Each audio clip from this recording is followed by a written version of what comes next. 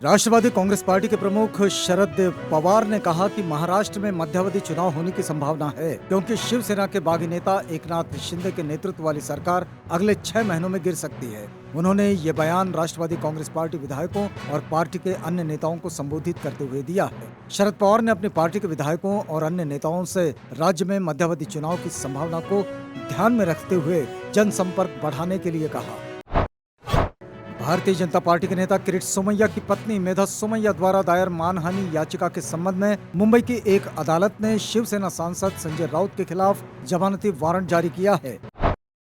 महाराष्ट्र की एकनाथ शिंदे भाजपा सरकार ने विधानसभा में बहुमत साबित कर दिया है। शिंदे सरकार के समर्थन में 164 वोट पड़े। उद्धव गुट की शिवसेना, कांग्रेस और राष्ट्रवादी कांग्रेस पार्टी की महाविकास आघाड़ी गठबंधन के पक्ष में 99 वोट पड़े। सदन में मौजूद 3 सदस्यों ने मतदान में हिस्सा नहीं लिया। विधानसभा में बहुमत हासिल करने के बाद महाराष्ट्र के उप मुख्यमंत्री देवेंद्र फडणवीस ने कहा है कि वे घर पर भी बैठ जाते अगर पार्टी उनसे कहती, वही पार्टी जिसने उन्हें सीएम बनाया। उन्होंने कहा कि आज वे बताते हैं कि सरकार में कभी सत्ता के लिए संघर्ष नहीं होगा, वे सहयोग करते रहेंगे। फडणवीस ने कहा कि लोग ताना मारते हैं कि ये ईडी की सरकार है, तो उन्होंने कहा कि हाँ, ये एकनाथ देवेंद्र की सरकार यानी कि ईडी की सरकार है। उनके गठबंधन को जनादेश मिला था, लेकिन उन्हें जानबूझकर बहुमत से दूर ले जाया गया। उन्होंने कहा कि पीएम मोदी ने एक सच्चे शिवसैनिक को सीएम बनाया है।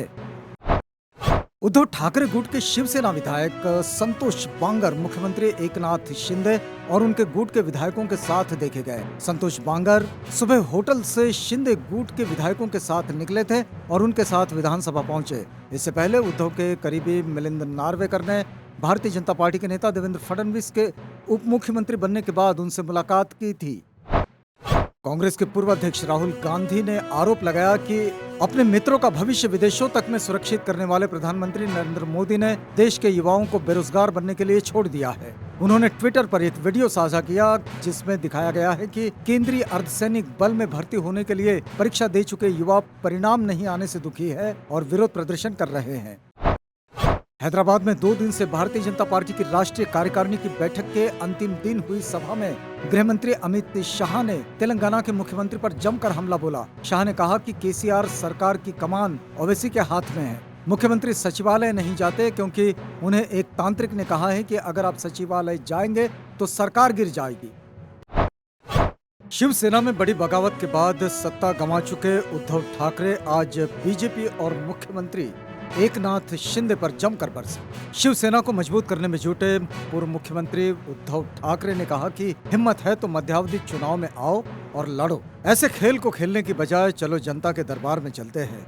उद्धव ठाकरे ने कहा कि अगर वे गलत हुए तो लोग उन्हें घर पर बिठा देंगे, अगर आप गलत हो तो लोग आपको घर पर बिठा देंगे। उद्धव ठाकरे ने आगे कहा कि अभी जो हो रहा है वह इस तथ्य पर आधारित है कि डॉक्टर बाबा साहेब अम्बेडकर के संविधान को तोड़ने की कोशिश कर रहे हैं। देश की आजादी के अमृत जयंती वर्ष में महाराष्ट्र में जो शुरू हुआ है उसके बारे में सभी सच बोले। विधानसभा का मनमाना आचरण संविधान का अपमान है। उन्होंने पार्टी के जिला अध्यक्षों से कहा कि लड़ना है तो उनके साथ रहें। पूर्व मुख्यमंत्री उद्धव ठाकरे ने आरोप लगाया कि शिवसेना को खत्म करने का प्रयास किया गया है। बता दें कि उद्धव ठाकरे ने शिवसेना में बगावत के बाद पिछले दिनों मुख्यमंत्री पद से इस्तीफा दे दिया था। इसके बाद बागी गुट का नेतृत्व कर रहे एकनाथ शिंदे ने बीजेपी के सहयोग से सरकार बना ली।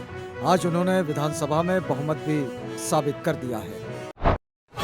महाराष्ट्र विधानसभा में आज एकनाथ शिंदे सरकार ने फ्लोर टेस्ट पास कर लिया है।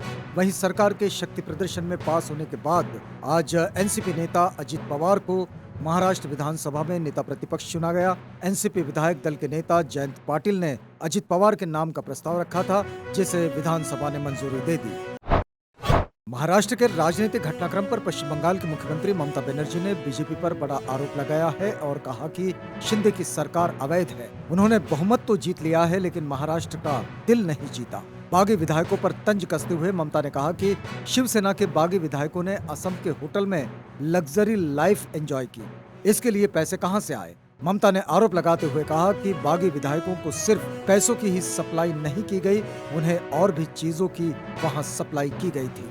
ये सारी चीजें कहां से आई और कैसे उन तक इनका सप्लाई हुआ। पंजाब की मान सरकार ने अपने कैबिनेट का विस्तार किया है। आज आपके 5 विधायकों ने मंत्री पद की शपथ ली है।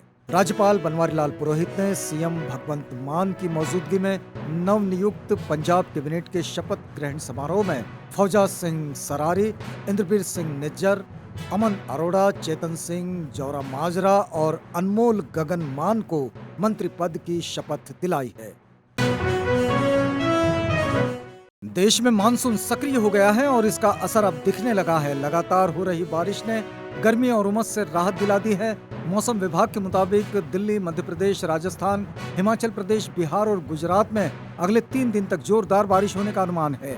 वहीं असम में रविवार को बाढ़ से कुछ हालात सुधरे भी हैं, लेकिन अब तक राज्य के 26 जिलों में 18 लाख से ज्यादा लोग बाढ़ से प्रभावित हो चुके हैं।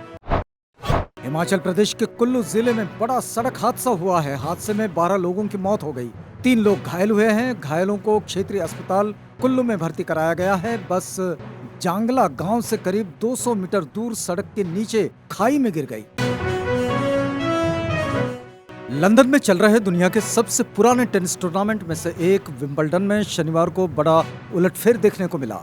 पिछले महीने फ्रेंच ओपन का खिताब जीतने वाले इगा स्विएटेक बाहर हो गई है। साथ ही राफेल नडाल और पूर्व वर्ल्ड नंबर 1 नोवाक जोकोविच चौथे दौर में प्रवेश कर गए हैं। दुनिया की नंबर 1 महिला खिलाड़ी स्विएटेक को वर्ल्ड नंबर 37 फ्रांस की एलिज कार्नेट ने सीधे सेटों में 6-4, 6-2 से हरा दिया है।